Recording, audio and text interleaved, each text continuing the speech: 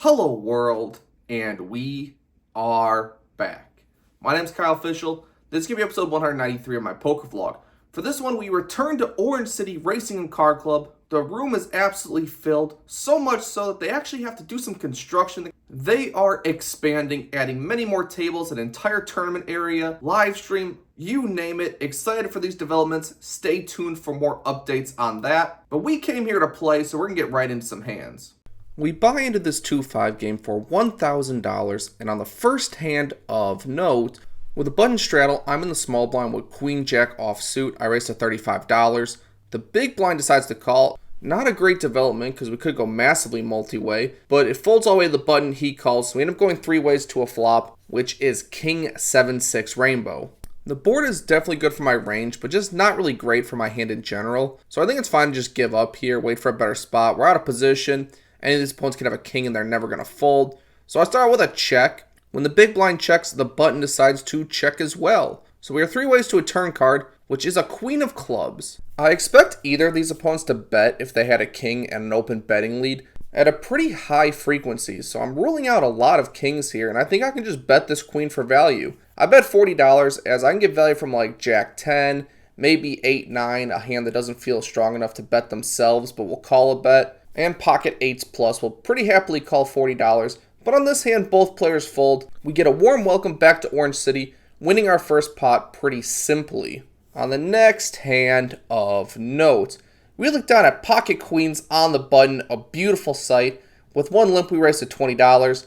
And then the small blind raises to $45. Now this opponent, I would say, is definitely on the tighter side. Pretty straightforward, so we're going to say he probably doesn't have any bluffs at all. He definitely has a strong hand here. Does not mean we're going to fold pocket queens, but we're definitely going to proceed with caution. No need to 4-bet this one, I don't think.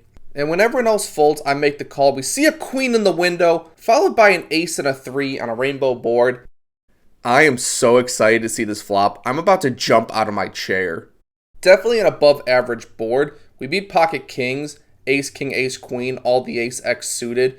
Maybe jacks and 10s at some frequency. Aces are definitely possible, but we're going to cross that bridge when we get to it. My opponent starts out with a $25 C-bet. I actually expect him to bet this exact size if he had like an ace X holding and got this board.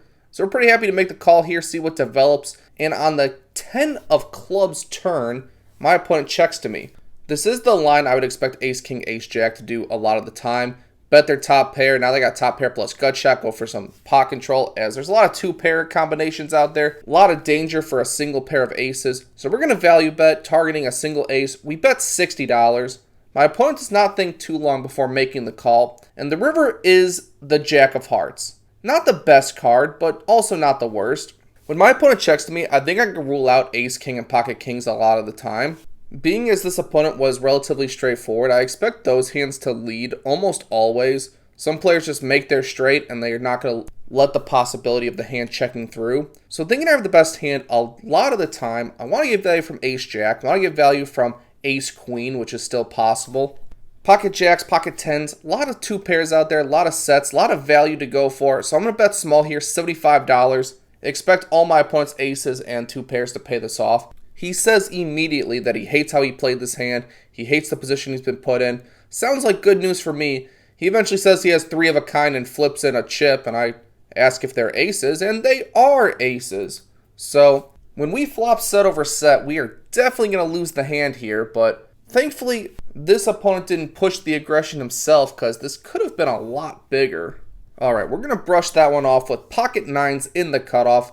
With one limp, we raise to $20, and only the limper calls, so we end up going heads up to a flop of 5-5 deuce rainbow. We do have an overpair, which is nice, but I think this board gives my opponent a nut advantage. We have all the best overpairs, but going to tread lightly, as my opponent could have a 5 here some of the time as a limp caller, and I really shouldn't. So $15 will be the C-bet on the flop. My opponent does not take too long before calling. And the turn is the 8 of spades. Now we have to size up here. Any card higher than an 8 is going to be devastating to our hand. My opponent could easily have an ace X, specifically ace 3, ace 4, limp call pre-flop, and then call on the flop when they have a gutter. So we're going to size up here, charging that, as well as like 6-4, 7-4, 6-7, things such as that. We bet $45.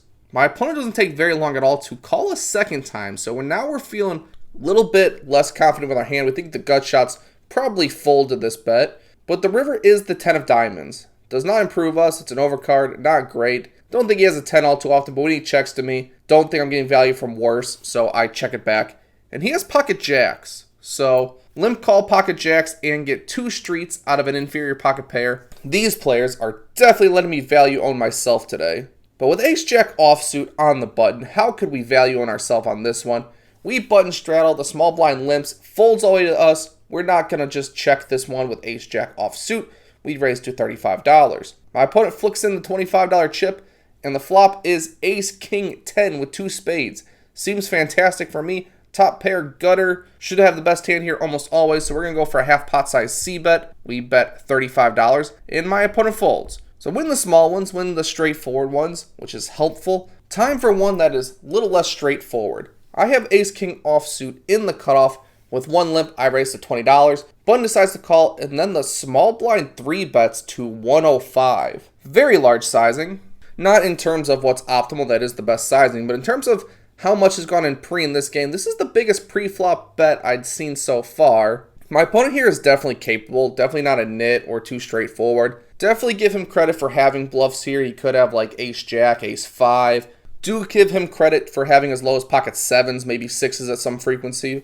If the ace king was suited or I was out of position, I would consider 4-betting and just getting it in more seriously, but since it's offsuit and we have position for the whole hand, I think calling is actually the best option here. I decided to call and see what develops, and then the button calls as well. I was very much not expecting him to call, but either way, we are going 3 ways to a flop, which is a Bink ace 8-6 rainbow board. Literally could not ask for a better board, but even better, the preflop aggressor continues for $150. When he c-bets here, I expect him to have ace jack, ace queen here most of the time, and I think I can just get it in versus that hand. Don't really expect jacks or queens or any of the middling pocket pairs to throw out a c-bet here into 2 people on an ace high board when aces are probably just never folding. So we're going to go for a raise here, targeting the ace queen, ace jack. We'd like to just get it in as quickly as possible at this point. I think my opponent's never folding an ace. I make it $350.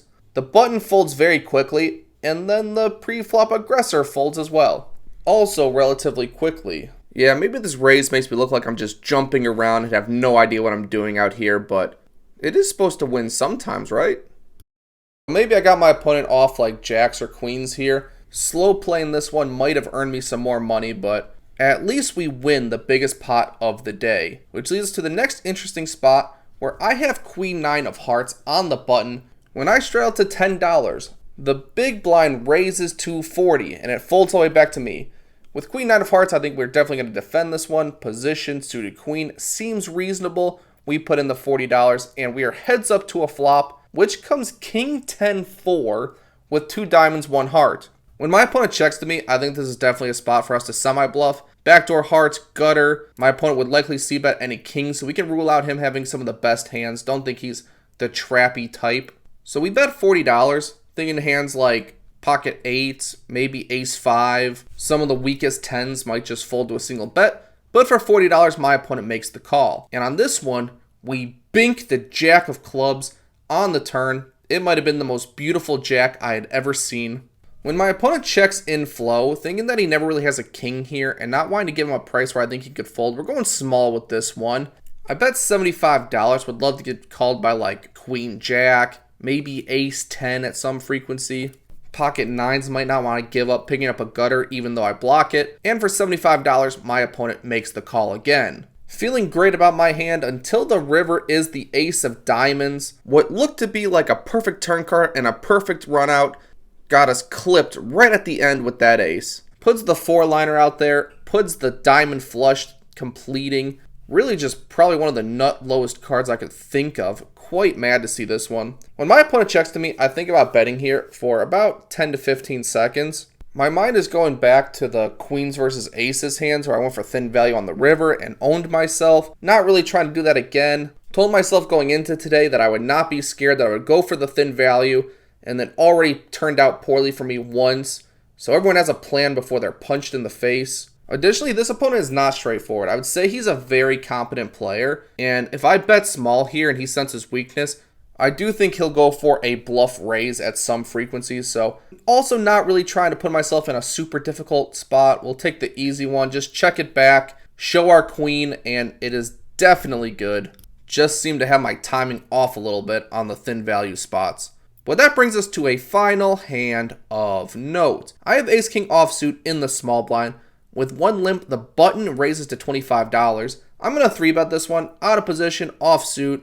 The button open could be super wide. He could have a bunch of trash. And if we just took it down pre, that'd be a pretty good sight. But for $80, we dissuade everyone else from entering the pot, but the button is holding on. When the flop is ace, king, 7 with 2 diamonds, I didn't remember my suits, but I did not need to check them as the ace and king are both the diamonds out there. So knowing that I do not have a flush draw blocker, but top 2 pairs seems pretty good. So we're going to down bet this one. Get value from single aces, single kings, maybe queen jack, jack 10, middling pocket pairs, diamond draws. I bet $50. And my opponent makes the call, and the turn is the 8 of diamonds. So today is the day of not getting easy runouts for easy decisions. Having top 2 pair, we definitely have outs if my opponent has a flush, which is nice. Additionally, because it's the ace, king, and 8 of diamonds, the only real combinations of flushes that I think are possible, given it's a 3-bet pot, are specifically queen jack of diamonds and jack 10 of diamonds. I think my opponent folds all weaker 2 diamond holdings, so forcing only 2 hands and having 4 outs against a made flush. Sometimes we listen to the computers and all the gadgets that tell us this is dangerous, we need to check. Other times we just show up, mean mug, and put some chips in the middle. We're going to bet this one. Would be terrible if my opponent had like ace jack with the jack of diamonds, got to see the river for free. So we bet $125. And to this bet, my opponent folds pretty quickly. So thin value / protection is going to work out on this final hand of note. And we are in the game for $1,000, out of the game for $1,330, which is a profit of $330 across 2 hours, which equates to $165 an hour or 33 big blinds an hour. Yeah, set over set against some players, I would have happily gotten that in pre. Others, you have to play a little bit more cautiously for obvious reasons, like they are heavily weighted toward aces and kings. Got ace king several times. They all turned out quite profitably for me. And just a final quick announcement, I am planning on streaming this Monday at 4 p.m. So any interest in playing with me on the online streets, you can message me on Instagram or Telegram. Happily get you signed up for that stream. Otherwise, you can see it on Monday. And I appreciate all the support. I will see you on the next one.